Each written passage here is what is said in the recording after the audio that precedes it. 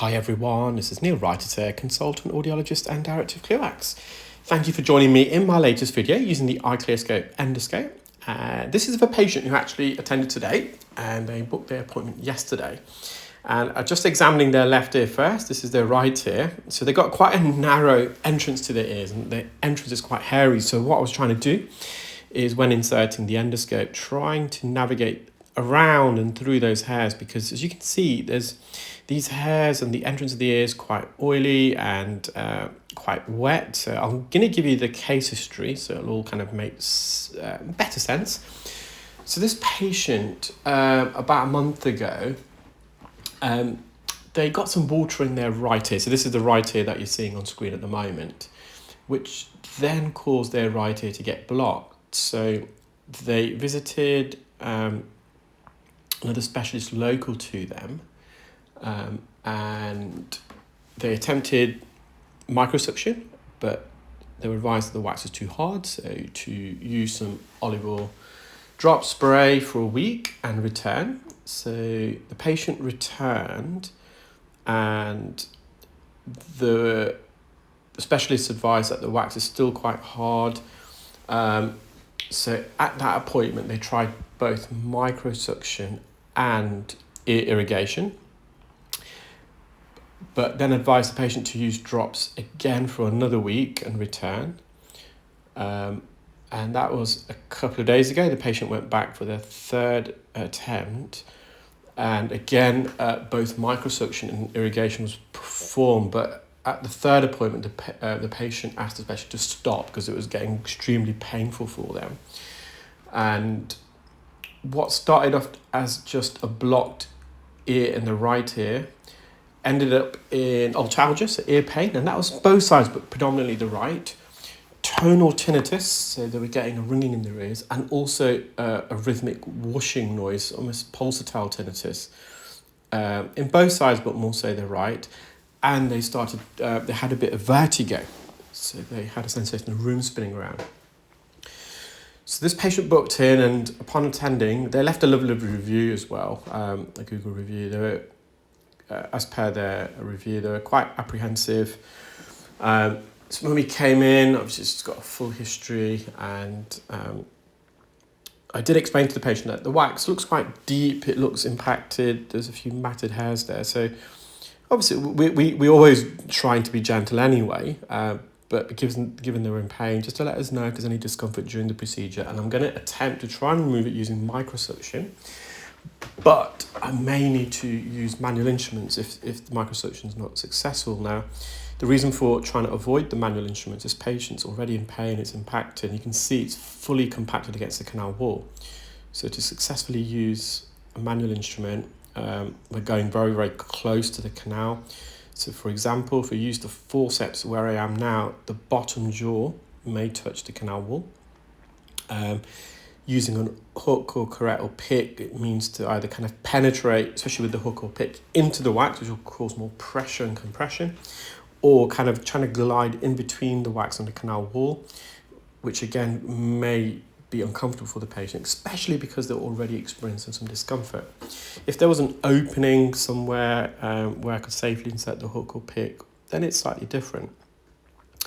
So what I'm trying to do initially is it's lodged, and I'm just trying to dislodge it. So I'm just went around the periphery, kind of removed some skin adhesions, and I'm just slowly now going to the top. I just feel here, and it's when you're performing the procedure, you get a feeling that I need to go. Normally, I'm more at the bottom of the ear, the wax, because that's normally where it's kind of adhered.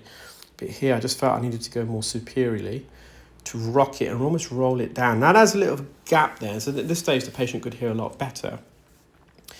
And I'm just slowly just trying to bring it forward. So there's a gap here, but beyond that, the wax is still compressed against the canal wall. And to the left, you'll see once I removed it, that's where the ear canal is quite sore and tender. So that's where likely it was really compressed against that part of the ear canal. So we've got a large plug out there. You can see how dark it is.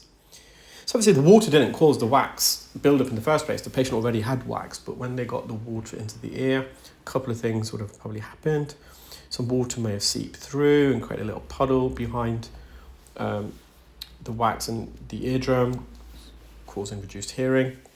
But also, the majority of wax, about 60%, is made up of shed dead skin cells, so desquamated epithelial skin cells, which are hydrophilic, so they absorb water, and then they can expand and basically cause the wax plug to grow and become more compressed against the canal wall. So just removing this as I just came away.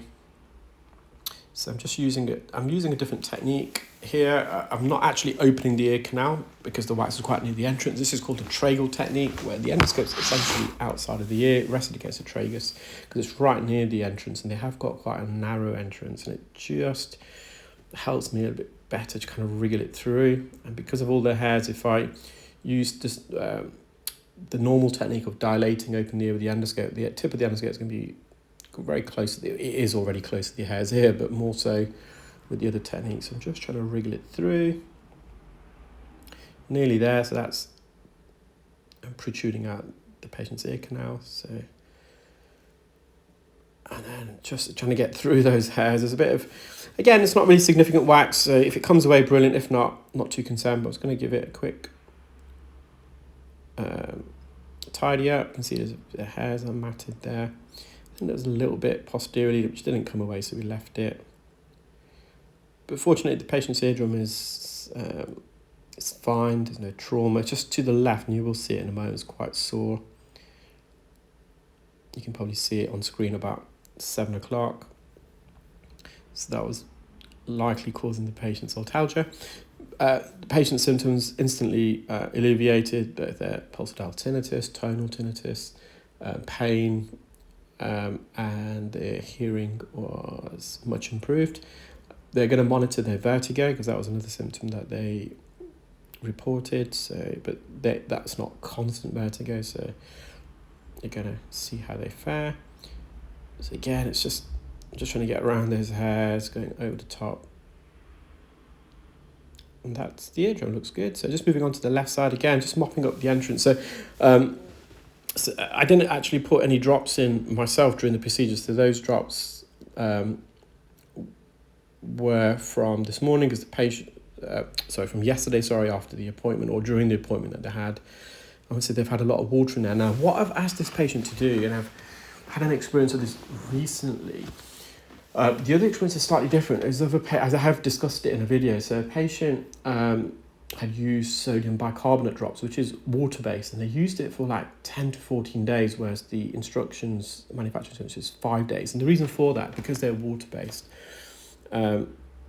water in the ear can provide a perfect breeding ground for bacteria and fungi, but it also increases the pH level, and sodium bicarbonate by nature is less acidic, which is the natural pH of the ear, and more neutral, and well I think sodium bicarbonate is slightly alkaline. And what that can do is, as I said, our ears and ear canal, it hosts its own ecosystem. It's full of what we call skin flora. It's harmless bacteria and fungi. And for the bacteria, they're what we call acidophilic, so they thrive more off acidic pH levels, which is what earwax does. It helps provide acidity in the ear. And so when you increase the pH level, and if there's some more pathogenic bacteria that are introduced already there, the pathogenic bacteria in the ear thrive with more a neutral pH or even alkaline, like Pseudomonas aeruginosa.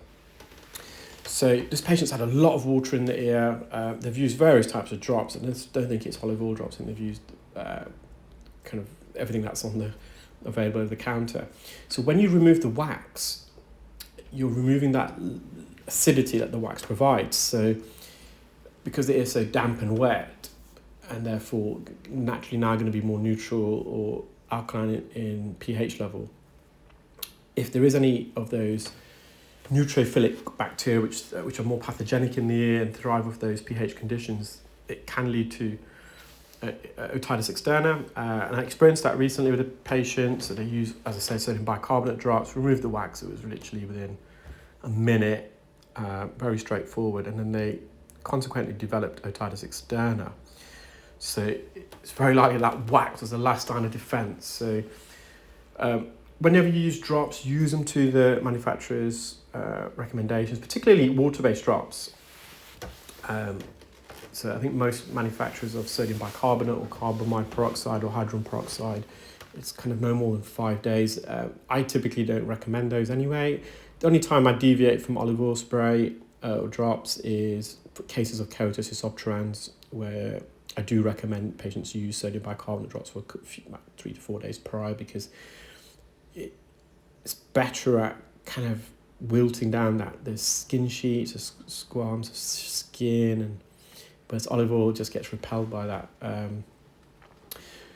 So I've asked this patient to use some over-the-counter acetic acid spray, which is formulated for safe use in the ear, just to re-acidify the ear. So again, a very narrow entrance, quite hairy here. I did actually insert a specular into the ear, but it was just so narrow. I just felt the endoscope would kind of, once you pass those hairs, you get a slightly better view. So I used the endoscope here. This is remaining piece of wax keratin. Just that came away without much problems. I'm going to just have a quick mop up. Again, this eardrum's nice and healthy.